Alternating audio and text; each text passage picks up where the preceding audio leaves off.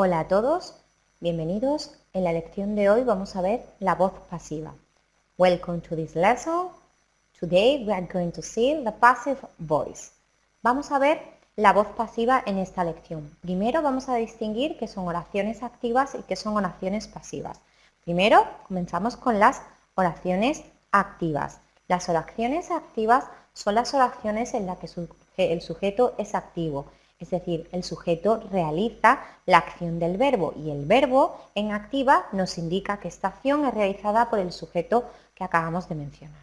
La diferencia entre una oración activa y una oración pasiva es esta, que el sujeto ya no realiza la acción del verbo, no es un sujeto activo, es un sujeto paciente. En este caso lo que nos interesa es la acción en sí misma y no la persona que la ha realizado. El sujeto, en este caso, no es necesario. Por lo tanto, la diferencia principal entre una oración activa y pasiva es que en la activa el sujeto es activo, es un sujeto agente, en la oración pasiva el sujeto es un sujeto paciente.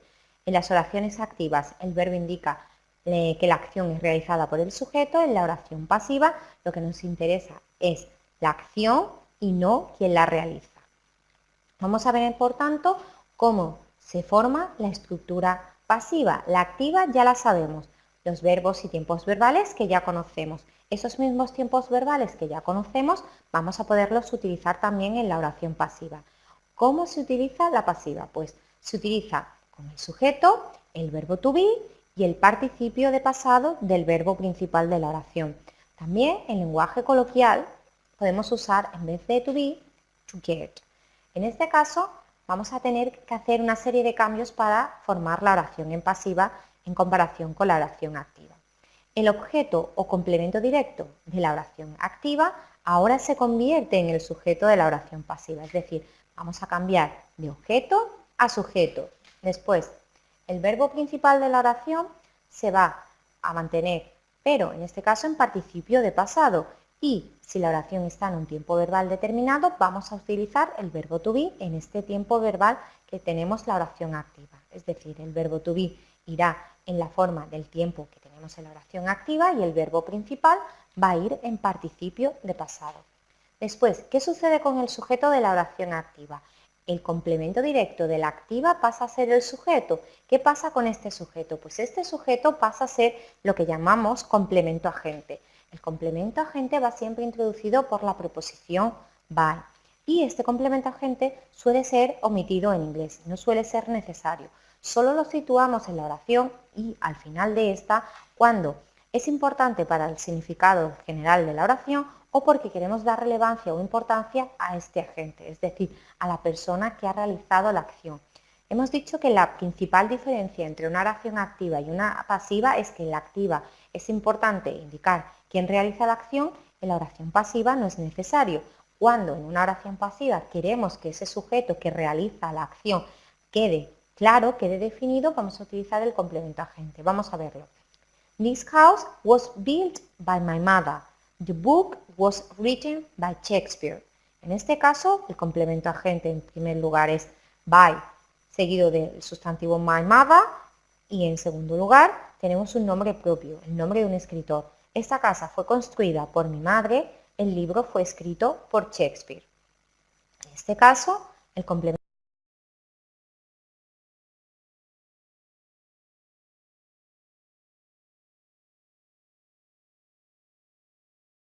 importante, es necesario, por lo tanto lo ponemos.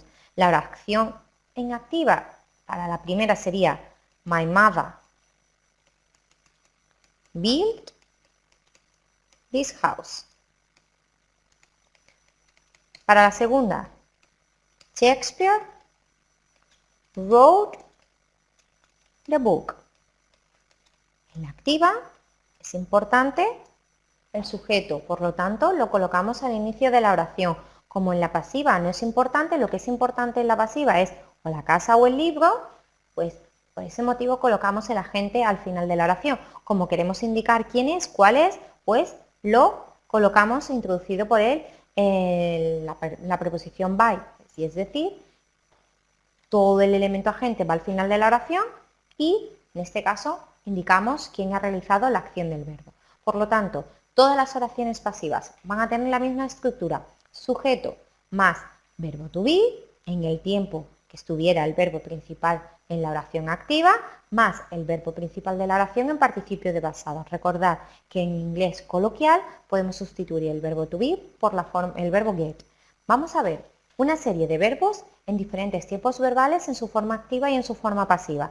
Así nos va a resultar más fácil ver los cambios que vamos a tener en los tiempos verbales. Vamos a ver una frase en presente simple. Comenzamos por el presente simple, que es el más sencillo. John writes the letter. Esta sería la oración en activa. John escribe la carta. El verbo está en presente simple, tercera persona del singular. Ahora, el sujeto de la oración pasiva es el complemento directo de la activa. Por lo tanto, la palabra letter pasa al principio de la oración. Y el verbo principal ahora está en presente, pero con el verbo to be. ¿Cuál es la forma del presente para el sustantivo letter, que es tercera persona del singular? Is. Pues por lo tanto vamos a poner la forma is y el participio de pasado del verbo write. By John es el complemento agente. En este caso indicamos quién ha realizado la acción de escribir. ¿Lo vemos? Si el verbo está en presente simple, utilizaremos el verbo to be en presente simple conjugado según el sujeto que tengamos y el participio del verbo principal de la oración. Nos vamos a la siguiente frase. Ahora tenemos un ejemplo en presente continuo. John is writing the letter. La frase es la misma que la que teníamos en el presente, pero ahora tenemos el tiempo continuo. John is writing the letter. John está escribiendo la carta. Ahora vamos a cambiar la oración a pasiva. El complemento directo pasa a ser sujeto, the letter. El verbo estaba en presente continuo, pues ahora tenemos doblemente el verbo to be en la oración.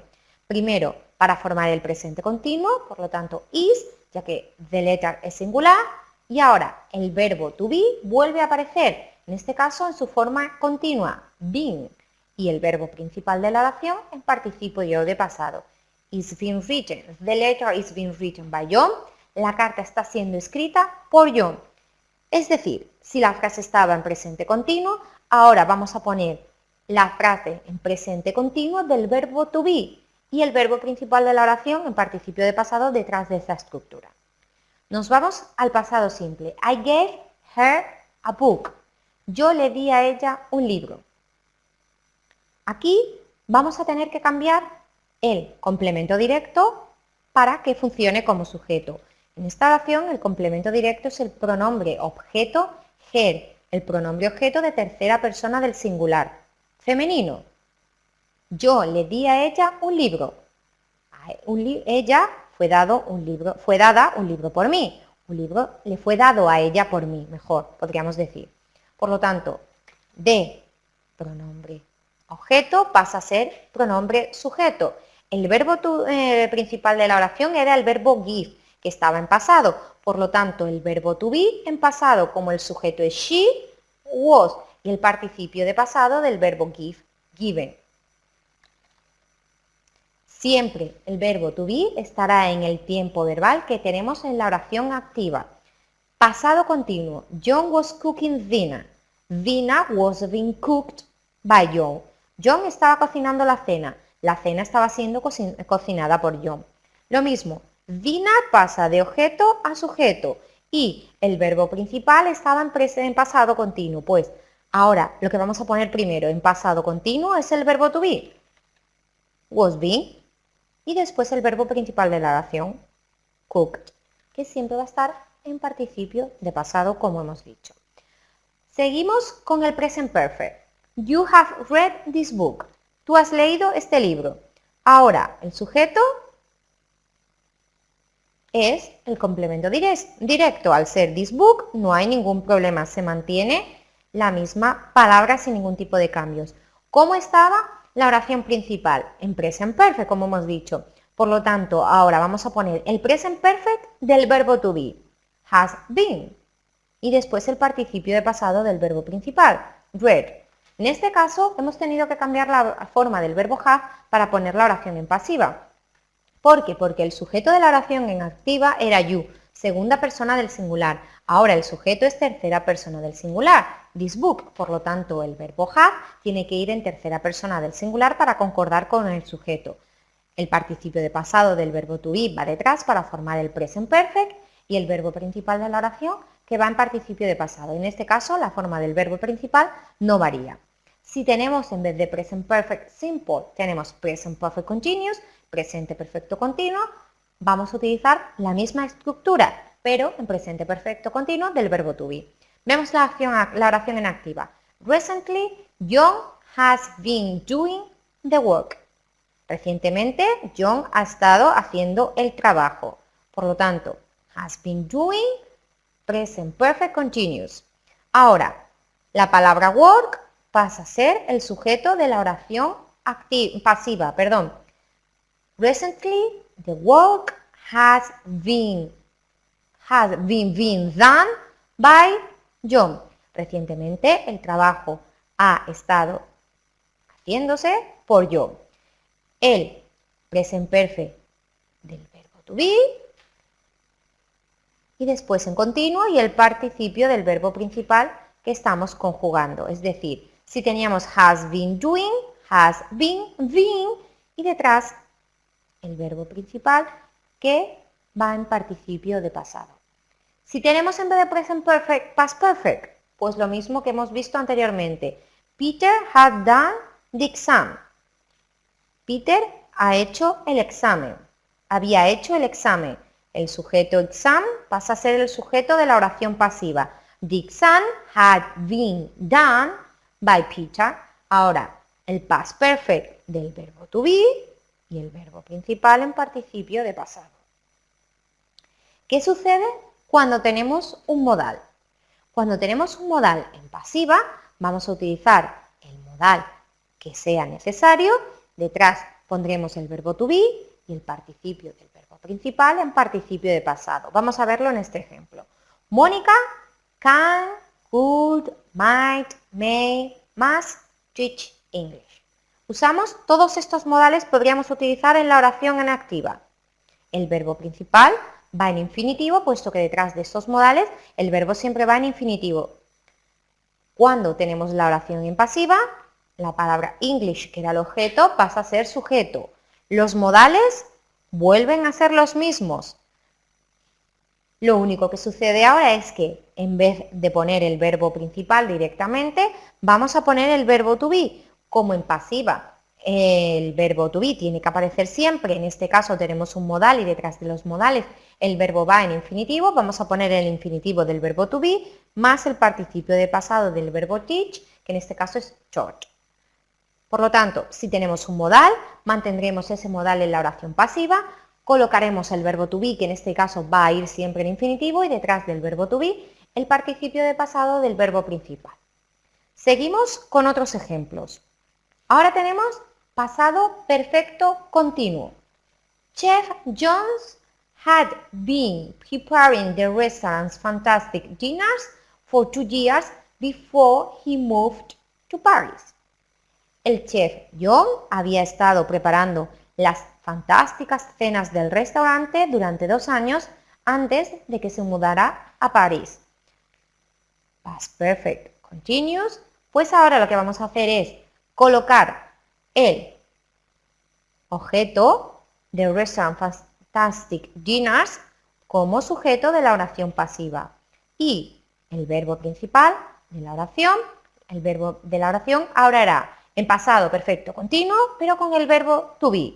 Por lo tanto, had been prepare, el verbo principal siempre se mantiene. Ahora lo que hemos hecho ha sido poner el pasado perfecto continuo del verbo to be. ¿Cómo se hace el pasado perfecto? Pues con el verbo have, el participio del verbo que estamos conjugando y el verbo siguiente en ing, en gerundio. Pues en este caso, 2 veces el verbo to be. El participio del verbo que estamos conjugando siempre es igual. ¿Lo vemos? Seguimos con el futuro.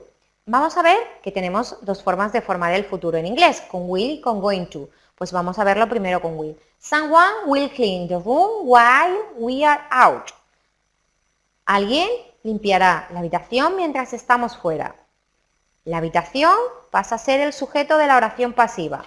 Ahora, si estamos en futuro, will clean pasará a ser will be cleaned. Utilizaremos el verbo to be, como siempre, entre el auxiliar del futuro will y el participio del verbo principal de la oración. Como siempre, si detrás de will el verbo va en infinitivo y el infinitivo en este caso tiene que ser be, pondremos be en infinitivo detrás de be, el verbo principal de la oración, como sabemos, en participio de pasado. Recordad que para hacer la oración en pasiva debemos recordar los participios de pasado de los verbos. Estos son la tercera columna de los verbos irregulares y, cuando tenemos un verbo regular, tan sencillo como añadir la terminación ed al verbo principal de la oración. Nos vamos ahora a la forma de futuro, pero con going to. I'm going to wash the car tomorrow. Voy a lavar el coche mañana. Por lo tanto, el coche, que es el objeto, pasa a ser el sujeto. Ahora, la frase era I'm going to wash. La forma going to. Pues ahora lo que tenemos que poner es la forma going to del verbo to be. I'm going to be. Después el verbo principal washed en participio de pasado. El coche va a ser lavado mañana. Yo voy a lavar el coche mañana. El coche va a ser lavado mañana.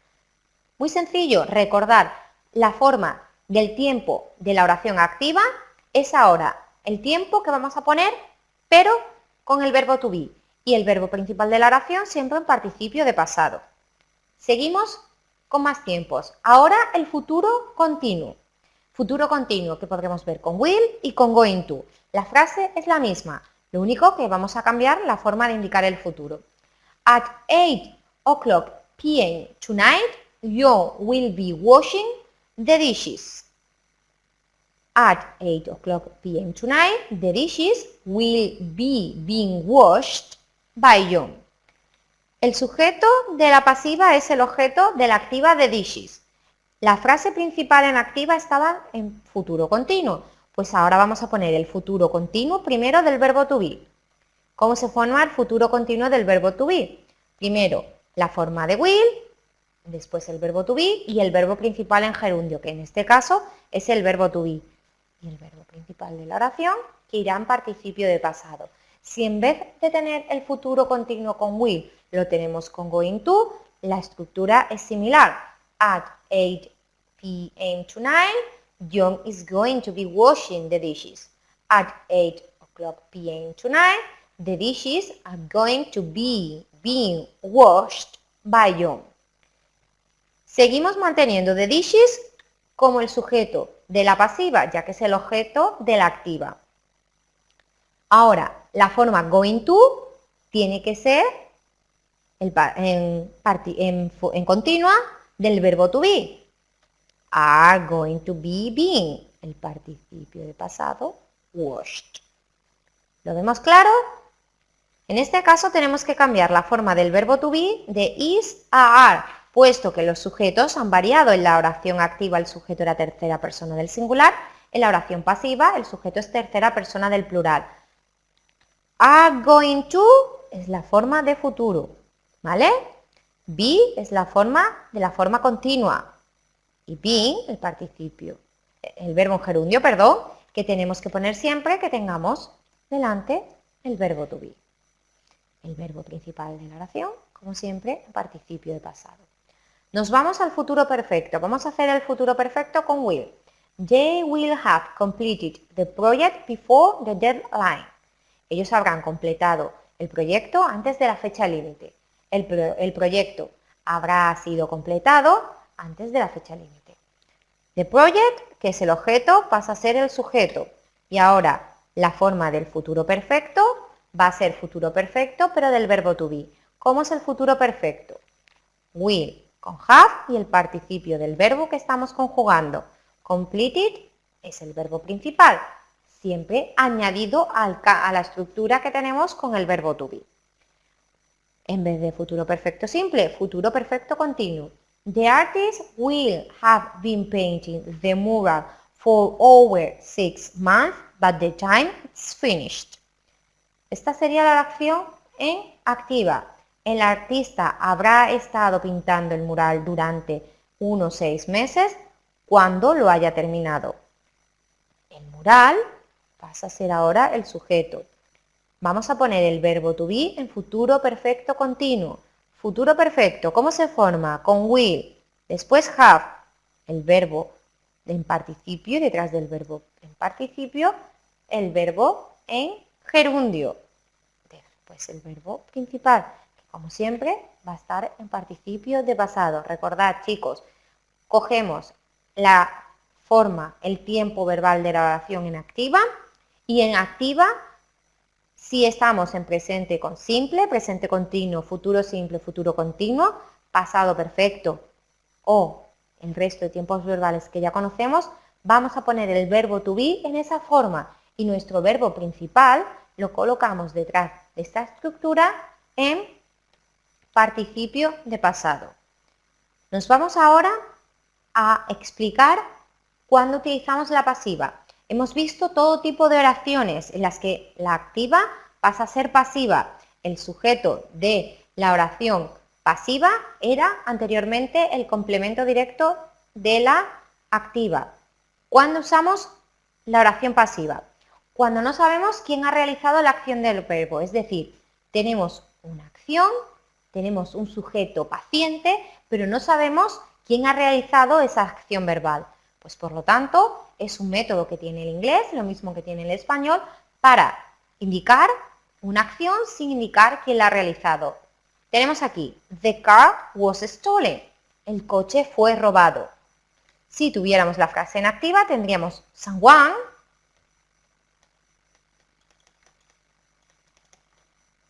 alguien robó el coche. Someone stole the car.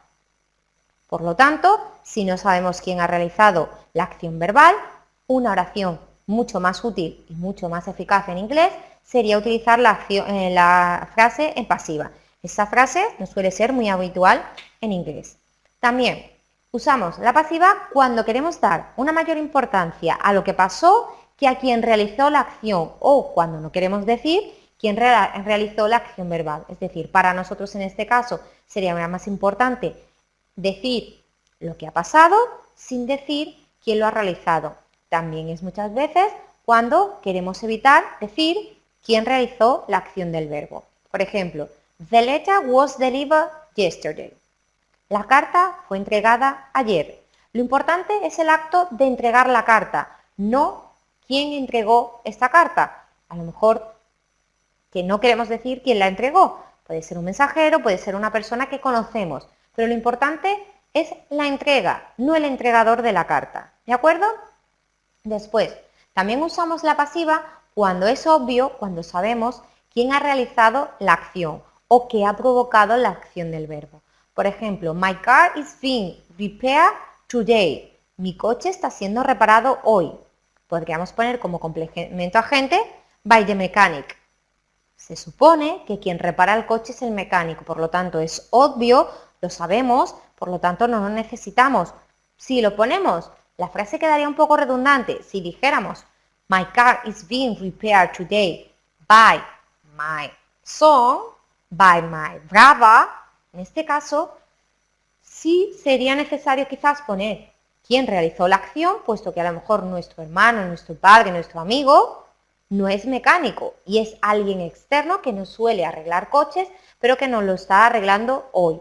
En este caso, pues sí quedaría bien si ponemos quién realizó la acción verbal, pero si es normal que llevemos nuestro coche a un taller y que sea un mecánico que nos lo arregle, pues ¿para qué poner la persona que realiza la acción de arreglar nuestro vehículo?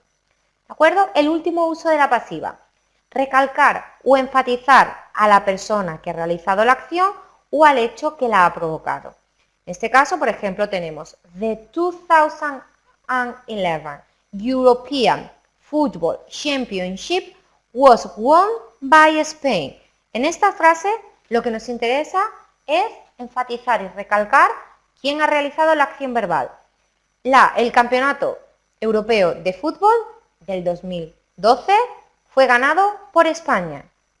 Aquí nos interesa decir quién ganó este campeonato. Por lo tanto, mejor poner la oración en pasiva que en activa. ¿Qué podríamos decir? Spain won the 2011 European Football Championship. Podríamos decirlo, pero en este caso queda mejor si ponemos el complemento agente al final, precedido por la preposición by. ¿Qué queremos decir? Pues eso, que el sujeto es específico y enfatizamos el sujeto que ha hecho la acción de ganar este campeonato. ¿De acuerdo? Repetimos, repasamos. No sabemos quién ha realizado la acción. Para nosotros es más importante la acción que quién lo ha realizado, o no queremos decir quién lo ha realizado cuando es obvio o cuando queremos enfatizar o recalcar la persona que ha realizado la acción verbal. ¿Vale? Estos son los usos principales de la pasiva en inglés. Tenemos otro tipo de pasiva en inglés, lo que llamamos pasivas impersonales. Generalmente usamos la pasiva impersonal cuando tenemos un verbo de percepción. En este caso, no tenemos un objeto que podamos pasar a la posición de sujeto en la oración pasiva. Por lo tanto, no existe objeto que pueda cumplir la función de sujeto. Generalmente usamos este tipo de oraciones pasivas impersonales cuando estamos hablando de los medios de comunicación, la radio, la prensa, la televisión. Y tenemos dos estructuras con la pasiva impersonal. La primera es esta que tenemos aquí. Sujeto pasivo más el verbo to be, como siempre, que en este caso generalmente va a ser siempre la forma it, el participio de pasado del verbo principal de la oración. Hasta aquí estos dos elementos son fundamentales siempre en la pasiva. Y los elementos que introducimos ahora es la conjunción that y una oración. Lo vemos más claro con un ejemplo. People believe that the strike will continue for a week. Esta es la oración activa.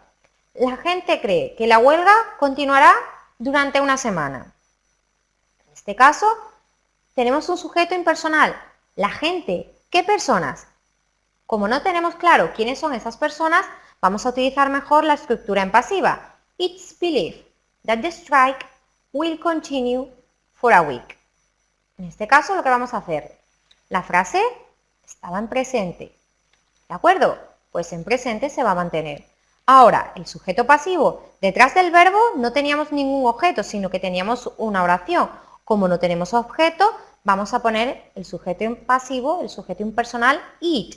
Como la frase está en presente, ahora en presente del verbo to be y el participio del verbo principal que estamos conjugando. El resto de la oración, que es that y una nueva cláusula, se mantienen, no la vamos a cambiar. Lo que cambiamos es la primera parte de la oración. Otro ejemplo. The police reported that there was a bomb on the plane. La policía informó, comunicó que había una bomba en el avión. Ahora, hasta aquí, que es la cláusula con that, nos vamos al principio. The police es el sujeto, reported es el verbo principal de la oración en activa. Detrás del reported lo que tenemos es una nueva oración, no tenemos un sustantivo que funcione como objeto, por lo tanto, volvemos a poner en la pasiva it. Si la frase estaba en pasado simple colocamos el verbo to be y el verbo principal en participio de pasado. El resto de la oración se mantiene tal cual. Se ha informado, se ha comunicado que había una bomba en el avión. ¿Quién lo ha comunicado? La policía. Si lo queremos decir, pues lo ponemos al final de la oración con el complemento agente. ¿De acuerdo? Por lo tanto, un tipo de pasivo impersonal es en la que el sujeto es pasivo, tenemos un sujeto pasivo, el verbo to be, el participio de pasado del verbo principal de la oración y una oración introducida por that. Ahora tenemos otro tipo de oración impersonal. Volvemos a tener un sujeto pasivo. Después tenemos, como siempre, el verbo to be, que ahora vamos a ver que se puede conjugar el participio de pasado y ahora tenemos la estructura de to más infinitivo. No tenemos una nueva oración, sino un nuevo verbo que está introducido por la partícula to. Our society expects the BBC to inform us truthfully.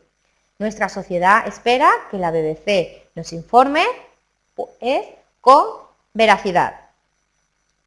Tenemos un objeto, que es de BBC, que pasa a ser el sujeto de la oración pasiva. Tenemos el sujeto pasivo, el verbo expect, que está en presente. Ahora es presente del verbo to be, participio de pasado del verbo principal. Detrás del objeto tenemos una nueva cláusula que es introducida por to. La mantenemos en la oración pasiva también. La BBC, se espera que la BBC nos informe con veracidad. ¿Lo vemos? Tenemos ahora sujeto pasivo, to be, participio de pasado y una cláusula introducida por to y un infinitivo. En el caso anterior teníamos una nueva oración, ahora simplemente tenemos un verbo introducido por la partícula to.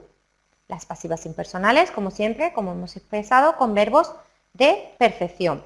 Otros verbos de perfección son estos. It's alleged, it's believed, it's estimated, it's guessed, it's known, reported, rumor, said, understood.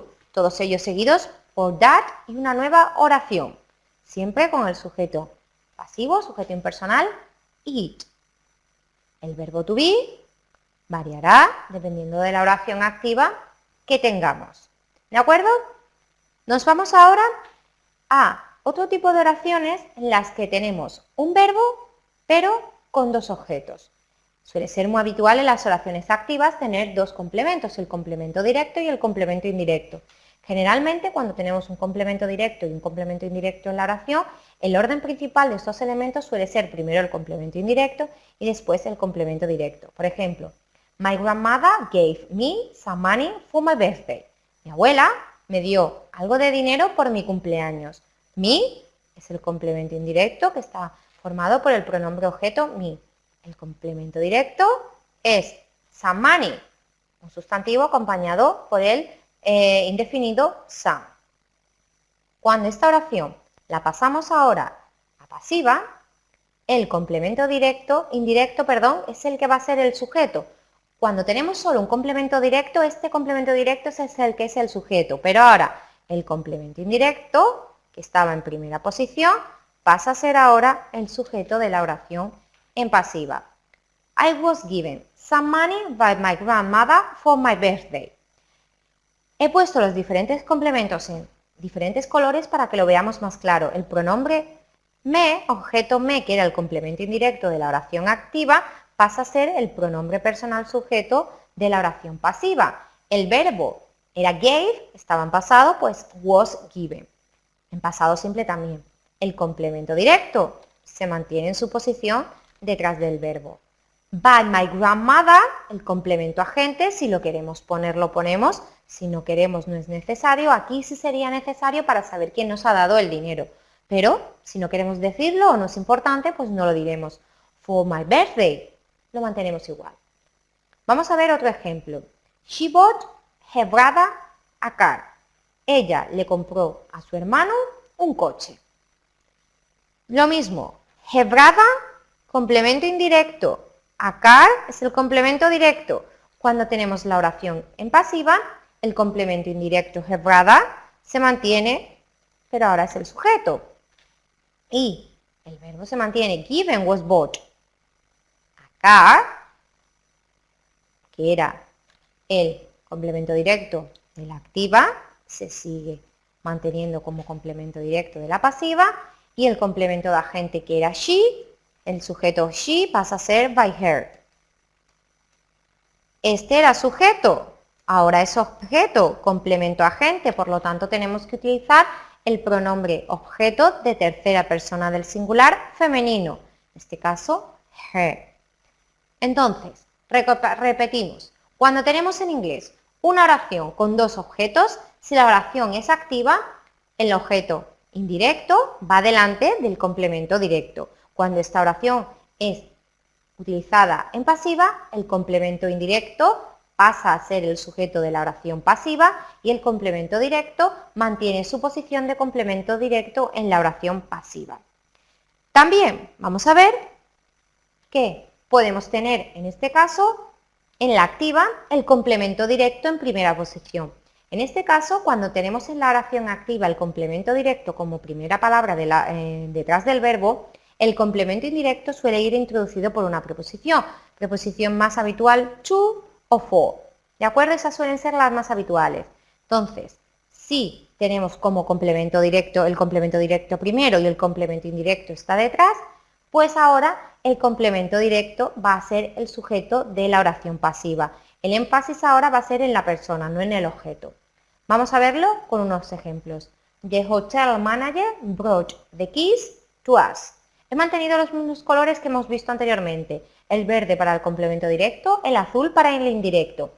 El encargado del hotel nos trajo las llaves a nosotros. Nos trajo las llaves. Para nosotros, el complemento indirecto lo colocamos aquí delante con un pronombre átono. En inglés iría detrás, con la preposición to delante. Entonces, lo que hacemos, vamos a borrar esto y el complemento directo de keys pasa a ser el sujeto de la oración pasiva. El sujeto ya lo tenemos. Ahora, el verbo principal estaba en pasado simple, brought. Pues ahora ponemos en pasado simple el verbo to be, where, puesto que las llaves es en plural, el participio de pasado del verbo principal para poner el verbo y detrás del verbo el complemento indirecto que se mantiene tal cual lo habíamos utilizado en la oración activa. Cuando vimos en el caso anterior que teníamos un complemento indirecto en primera posición y un complemento directo en segunda posición, el indirecto pasaba a ser sujeto y el directo no se cambiaba, su forma se mantenía. Aquí sucede lo mismo, el complemento indirecto que está introducido por tú se mantiene en su posición de complemento indirecto. Al no tener el complemento directo delante, va inmediatamente detrás del verbo. Vamos a ver otro ejemplo. I lent a pen to Graham. Le presté un bolígrafo a Graham. A pen was lent to Graham. By me, si queremos poner el complemento agente. Vamos a repasar la frase. El complemento directo a pen, que está detrás del verbo y delante del complemento indirecto, pasa a ser el sujeto paciente de la oración pasiva. El verbo estaba en pasado simple, lent. Ahora vamos a poner el verbo en pasado simple para poner la oración pasiva. Como el sujeto pen es tercera persona del singular, pues en tercera persona del singular va a ir el verbo to be en pasado y el participio del verbo principal que estamos conjugando. Lent, el complemento indirecto to Graham, se mantiene en la misma forma ahora en la oración pasiva. Por lo tanto, repetimos. Si tenemos una oración con dos objetos, algo habitual en inglés, si primero va el complemento directo y después va el complemento indirecto, es el complemento directo el que va a ser el sujeto de la oración pasiva. Si tenemos dos objetos, pero en este caso el objeto es el directo, el que va en primera posición, y el indirecto va introducido por una preposición tal cual to o for, el complemento directo ahora será el sujeto de la oración pasiva y el complemento indirecto se mantiene tal cual sin ningún tipo de cambio. Otros verbos que tenemos con esta estructura que pueden regir dos objetos. Offer, lend, show, buy, make, build, owe, promise, send, cook, get. Detrás de ellos os he puesto la preposición que cada uno de ellos rige, ya que algunos rigen la preposición to para tener el complemento indirecto, otros introducen el complemento indirecto con la preposición for. ¿De acuerdo? Hacemos un pequeño resumen de la pasiva. Utilizamos la pasiva cuando queremos recalcar la acción del verbo y no el agente de esta acción, o no sabemos cuál es el sujeto de la acción activa. El sujeto de la oración pasiva era el complemento directo de la oración en activa. El complemento agente de la oración pasiva, que va introducido por la preposición by, era el sujeto de la oración principal.